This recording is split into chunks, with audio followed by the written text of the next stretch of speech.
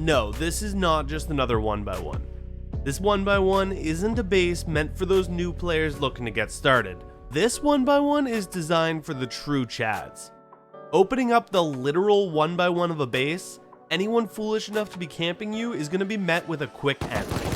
As the turret fires, clearing out any threats, you can clean up and prepare for your attack. Entering your base, there's no room for mercy as every single square provides utility for the journey ahead. With plenty of room to store your goods before you transfer to your main, a workbench to cook up any last minute supplies, and of course the turret.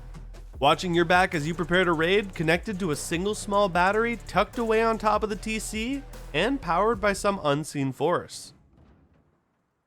Life as a solo is difficult, but thanks to today's sponsor, Lone Wolf, it doesn't have to be. With one of the most active admin teams around, if you're tired of cheaters, zergs, and some of the more problematic areas of Rust, you'll love Lone Wolf. Lone Wolf is the best place for that solo-only experience with servers located in NA and EU. With heavily enforced rules, Lone Wolf holds an incredibly strong population of players looking to enjoy a solo-only Rust free from cheaters and zergs. Thanks to its monthly wipe schedule and no BP wipes, you'll be able to enjoy everything from intense PvP to potato farming. If you're ready to start your wipe, head over to wolfrust.gg or join the Discord directly at discord.gg/lonewolf. This is of course not your standard 1x1 and probably won't be the first base you build on the map. However, if you do want to make this your starter base, you can always head over to Outpost and actually purchase a solar panel ahead of building your base to make sure that you can slap this down.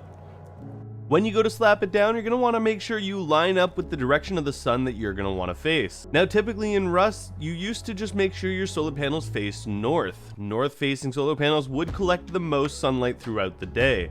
However, recently Rust has changed how the solar panels work and how the sun works in general, causing solar panels to now have to follow a monthly schedule, and the path of the sun may be different across the island. That said, it'll always rise in the east and set in the west, so I like to just make sure that my solar panel is facing east for that morning and start of the day sun.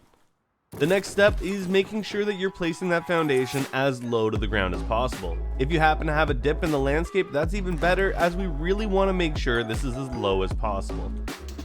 Next, making sure that that back wall is facing the sun, we're going to go ahead and place a second twig foundation and go ahead and upgrade that first one. Next, we're going to be placing our solar panel, and to do that, you're going to want to first get this half wall placed here, and then we're going to line that solar panel up so that it is parallel to the twig piece, and you're going to want to give yourself just a few pixels of distance. Now, you might need to experiment with this a few times in order to get your placement correct, but once you figure it out and you get that distance correct, you're going to want to move it to the left and place it partially into that back wall. And then we're going to come over and place another half wall. You'll want to make sure that your prongs are sticking out through the back, and when you upgrade it to stone, the prongs should disappear. Now, sometimes you will have a prong sticking out there. It's not the end of the world, but it might expose the entire secret to your base, and it's worth messing around with to get fixed. To get around that, when that messes up, we're going to go ahead and place our TC. Our TC is going to go in this back corner right here, lining it up against the wall. We're going to move it to the right as much as possible. Authorizing on that, we can now destroy this wall that we've placed. We are going to have to pick up our solar panel, and we're going to try this again. Placing our twig piece again, and one important thing to note is you'll want to repair your solar panel in between any placements, as this is going to make sure that it generates the most amount of power possible. Ultimately, you don't want to go too far back, because if you do go too far back, it won't peek through in the twig stage, and it won't generate any power. Now, coming back over, we do want to check that we are generating power, and we're actually just going to go ahead and cover up that top piece just to make sure that it's not power from the above.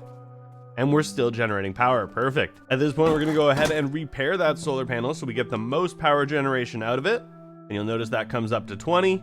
And now we can go ahead and destroy these pieces. Upgrading these foundation pieces. We're then going to put another half wall at the back, a double door, and surround the rest with full walls. Slapping a double door on the front, we can lock that up, and we're now safe inside of our base. I do recommend making sure that you lock the TC so that nobody can go deep on you. And the next thing we're going to do is we're going to cover this solar panel. Partially so that we don't get griefed, and partially to just maximize space, we're going to go ahead and place a box on top of the solar panel. Now, if you do want to make sure you have access to the electrical later, placing it to the right will give you more access to the wire ability and make it so that you can actually get in there and access that solar panel still. However, if you're looking to cover it up more, of course, make sure to bring it all the way to the TC, thus fully covering your solar panel. As you can see, we are still generating power, and that 20 power is going to be enough to power that a small battery and keep our turret alive. Next, of course, we don't have enough in our base. We need to get this going as an actual base. So the next step is going to be covering this bottom with small boxes. Now you'll see, because of the solar panel, you aren't actually able to put this large box all the way back to the wall, and thus you won't be able to fit a large box in here as you normally would. Instead, we're going to fill this entire bottom area with small boxes. Starting from the end, we're going to line them up this way. And you'll be able to get 4 boxes on this side. And the last 2 boxes just going in here. It may be difficult to place, but moving around a little bit, you should be able to get it as long as your TC is fairly snug in that corner. Some of you may be able to get a campfire in here. I haven't been able to replicate it, though there should be enough space for it. It just does not want to fit for me. I've tried doing this, and still no luck. Now, before we build our shelf down here, I do recommend you get your battery down. Whether you're going to put your battery on top of your TC or you want to put it in this area, you want to make sure you get this battery hooked up before you build this shelf. That's because getting access down here is not really going to be possible, and you'll lose that ability to do so later. Grabbing my 20 power, hooking that up and hiding it behind the TC, I'm going to bring that up and power into my battery.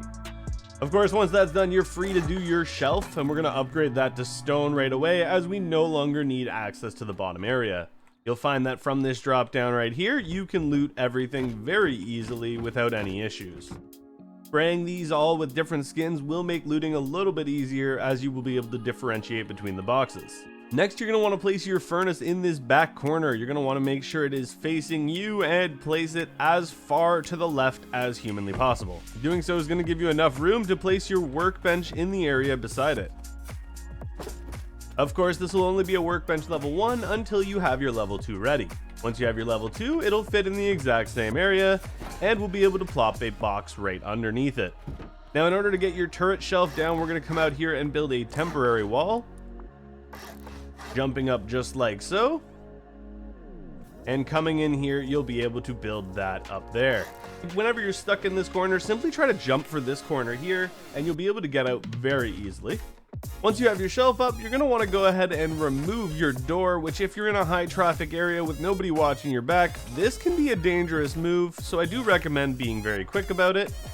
Jumping up onto your workbench and onto the slab, we're going to go ahead and upgrade that. Then place a single box as far back as possible, and then we're going to get that turret up here. Sometimes to get yourself a bit of a area to stand on, it can be worth to use these twig pieces. You can also, if you didn't have your workbench there, connect us there. But I'm going to build a temporary shelf just to get me on that right height. And we're going to pull that as forward as possible. Now all that's left to do is to drive that to power. And unfortunately, because the small battery only puts out 10 power at a time, you're not able to use a switch system.